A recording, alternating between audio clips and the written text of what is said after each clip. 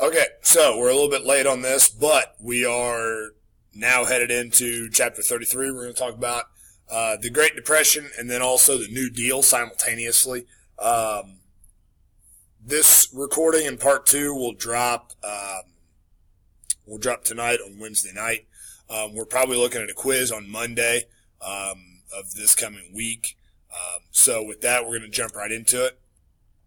After the stock market crash, the Depression sets in, and it sets in fairly rapidly. And the Republicans are criticized very, very heavily for their response, or really their lack thereof. President Hoover, and we're going to get into this. Hoover really does not take any directed steps to address the problems of the Depression. And the biggest problem was by far unemployment. By 1929, you've got about 1.5 million who are unemployed. And then 4 years later, in 1933, which is where our movie is set, you're looking at 15 million who are out of jobs. There's 25% unemployment rate. And what we have to keep in mind is that in democracy, or I shouldn't say in democracy, in a free market economy, you're never going to have 0% unemployment. You're always going to have at least some people that are without jobs. Normal unemployment treads right around anywhere from 4 to 6%. So 25 is still well outside of the bounds of normalcy. And the other thing about unemployment to keep in mind is that unemployment refers to simply the number of and the percentage of people who are seeking jobs but cannot find them. Okay, so those are a couple of quick notes just about unemployment. 25% unemployment is absolutely unheard of, and it is really unsustainable in the long run. And even when workers aren't laid off, they receive pay cuts or hourly cuts, because Hoover does encourage businesses not to fire their employees. And we saw this referenced in the movie already, but these things called Hoovervilles, they're these shanty towns that people will set up in large park areas to live in because they really don't have anywhere else to go. And these shanty towns are called Hoovervilles.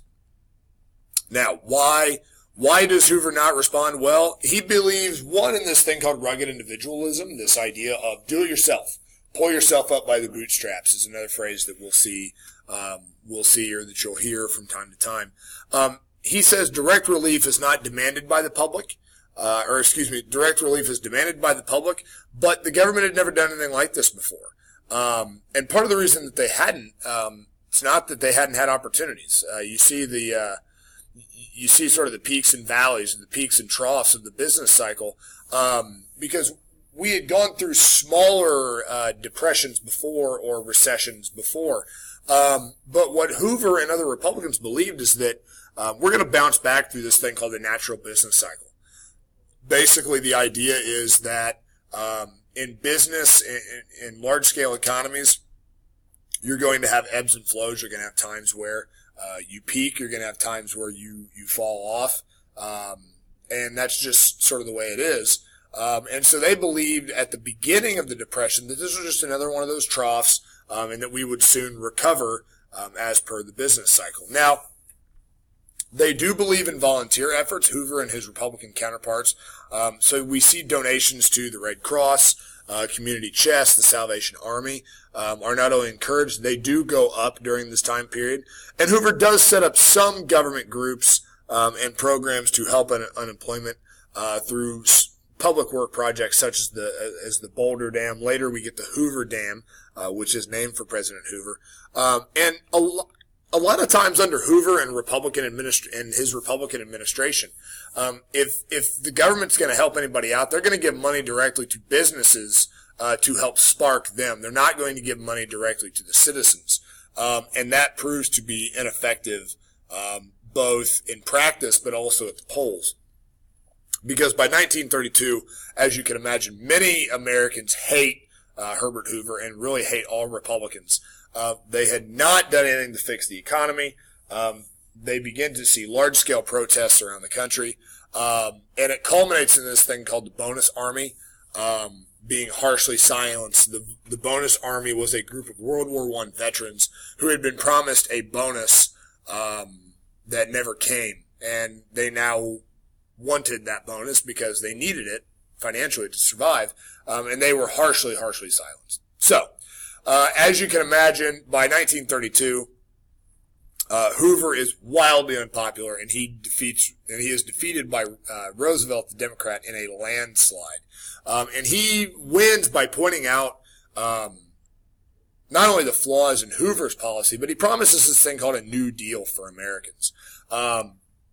Again, it's not just Hoover that's hated, it's all Republicans. And so we see Congress that also shifts to a very, very strong Democratic majority, which not only serves to prove the public's anger, as it says there, but it also goes to show you, that's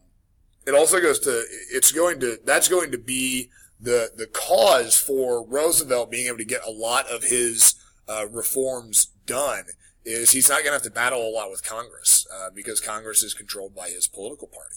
So we now have Roosevelt in office, and you can see there, we don't really have the percentage numbers, but suffice it to say,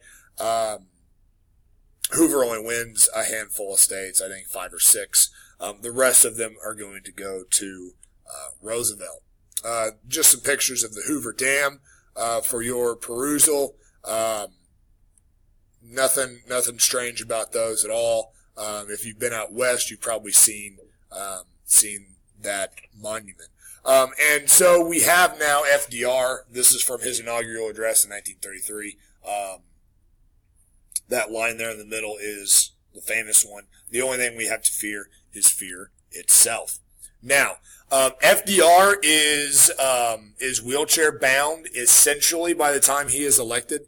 He is a very sickly man really throughout most of his life. The major ailment that he battled, though, was polio. He also had chronic sinus issues. He also battled just a number of smaller ailments throughout his life. And his disability is often downplayed. You often see him pictured, as you do there on the left, behind some kind of banister that would be able to hide his wheelchair, or that he would be able to hold himself up on. Very, very rarely will you see pictures like the one there on the right, where he is seen visibly in the wheelchair. Now, the United States is obviously ready for a more active plan for recovery. And FDR is the guy that really pioneers the concept of the first 100 days. He has a plan where he is going to get a lot of stuff done in the first 100 days that he has in office. And that is why today you'll hear a lot of people talk about, well, what did the president do in his first 100 days? And Roosevelt has three R's that he is going to focus on. Relief, recovery, and reform. The first one that we're really going to talk about is relief, and then we'll get into recovery and reform later.